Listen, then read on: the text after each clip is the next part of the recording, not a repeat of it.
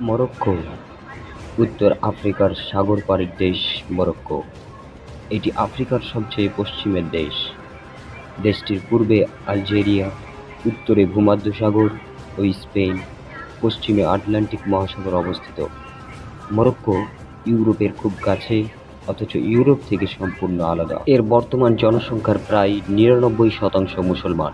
এমনকি আমরা দেখেছিলাম ২০২২-এর ফিফা বিশ্বকাপের সেমিফাইনালে ওঠার পর সাজদায় রত হয়েছিল মরক্কিয়ান ফুটবলাররা। কিন্তু প্রশ্ন হলো, এই দেশে মুসলমানদের আগমন ঘটল কিভাবে? কিভাবে মুসলিমরা এই দেশে সংখ্যাগুরু হয়ে উঠল? চলুন আজকের ভিডিওতে জেনে নেই এই মুসলমান আবির্ভাবের সম্পূর্ণই। আমরা সকলেই জানি, অষ্টম দশকে ইসলামের আবির্ভাব হয় আরবের মাটিতে। তবে নবীজি ইন্তেকাল করার পর খোলাফায়ে রাশিদিন এই ধর্মের প্রসার ঘটাতে আরম্ভ করেন সারা বিশ্বে। তিনাদের পরে ক্ষমতায় আসেন হজরত মুআবিয়া রাদিয়াল্লাহু তাআলা আনহু। তিনি মিশর ও উত্তর আফ্রিকার শাসনকর্তা হিসেবে যথাক্রমে হজরত আমর ইবনে আস ও হজরত উকবা বিন নাফে রাদিয়াল্লাহু তাআলা আনহুমাকে দায়িত্ব দেন। তিনি সেনাপতি হজরত উকবা ইবনে নাফের নেতৃত্বে ১০,০০০ সৈন্যের এক শক্তিশালী বাহিনী আফ্রিকায় পাঠান। এই বাহিনী আফ্রিকাকে আরবদের করলগত করেন।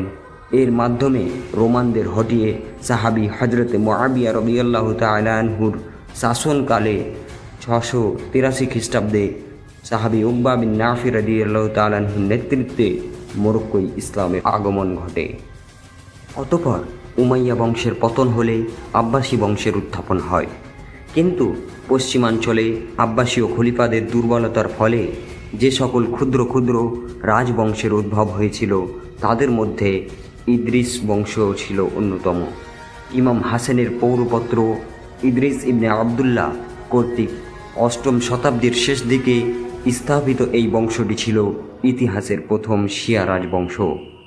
ঐতিহাসিক তথ্যে জানা যায়, বৃহত্তর ইসলামী সাম্রাজ্যের অংশ হিসেবে মরক্কো প্রাথমিকভাবে ইফ্রিকিয়া প্রদেশ হিসেবে সংগঠিত হয় এবং ইসলামী সাম্রাজ্যের নির্ধারিত গভর্নর কর্তৃক শাসিত হয়। তখন থেকেই আদিবাসী বারবার উপজাতিরা ইসলাম গ্রহণ করতে শুরু করে। মরক্কো বিজয়ের পর মুসলমানরা কোনো স্থানীয় বারবারকে ধর্মান্তরে বাধ্য করেনি।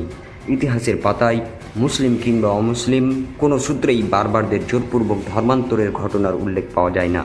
গোটা আফ্রিকা মহাদেশ জুড়ে ব্যাপক আকারে বারবারদের ইসলাম গ্রহণ মুসলিম শক্তিকে দিয়েছে নতুন প্রাণ। দীর্ঘ ১০০ বছরে বিভিন্ন জাতিগোষ্ঠী ও কলোনিকে একত্র করে একটি রাষ্ট্রের জন্ম দেয়। ইসলাম এখানে নিয়ে আসে উন্নত সংস্কৃতি ও উন্নত জীবনচারণ। উন্নত আরবীয় সংস্কৃতিতে ছাপিয়ে যায় বারবার আর যাযাবর জীবন।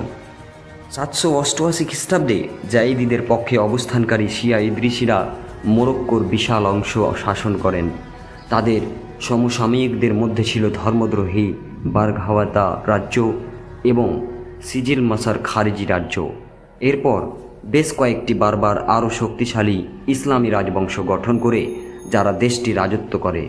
তাদের মধ্যে আল মোরাভিড, যারা প্রথম মরক্কোকে একত্রিত করেছিলেন।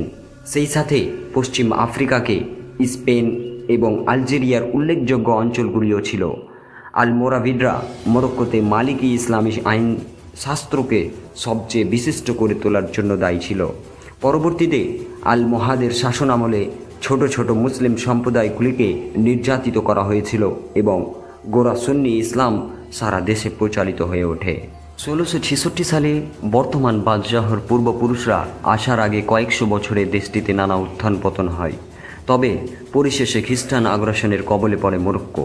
আগ্রাসনের মুখোমুখি দাঁড়িয়ে ১৬৬৬ সালে আলাউতি রাজবংশ দেশটির নিয়ন্ত্রণ নেয়। ১৯ শতাব্দীর শেষের দিকে ইউরোপীয় ৭টি দেশের মধ্যে শুরু হয় আফ্রিকা মহাদেশের বিভিন্ন অংশ উপনিবেশ আকারে করায়ত্ত করার মাধ্যমে আফ্রিকা দখলের প্রতিযোগিতা। এ সময় ফ্রান্স আফ্রিকা এবং দক্ষিণ পূর্ব এশিয়াতে নতুন করে ঔপনিবেশিক সাম্রাজ্য স্থাপন করে। ১৯১২ সালে ফরাসি ও স্প্যানিশ ঔপনিবেশিক শক্তি মরক্কোকে ভাগ করে নেয়। দ্বিতীয় বিশ্বযুদ্ধের সময়েও এই উপনিবেশগুলি ফ্রান্সের অনুগত ছিল। তবে দ্বিতীয় বিশ্বযুদ্ধের পরে উপনিবেশবাদ বিরোধী আন্দোলনগুলি ফরাসি কর্তৃত্বকে অস্বীকার করা শুরু করে। ফ্রান্স ১৯৫০ ও ১৯৬০-এর দশকের শুরুতে ঔপনিবেশিক নিয়ন্ত্রণ বজায় রাখার জন্য যুদ্ধ করতে ব্যর্থ হয় ফ্রান্স।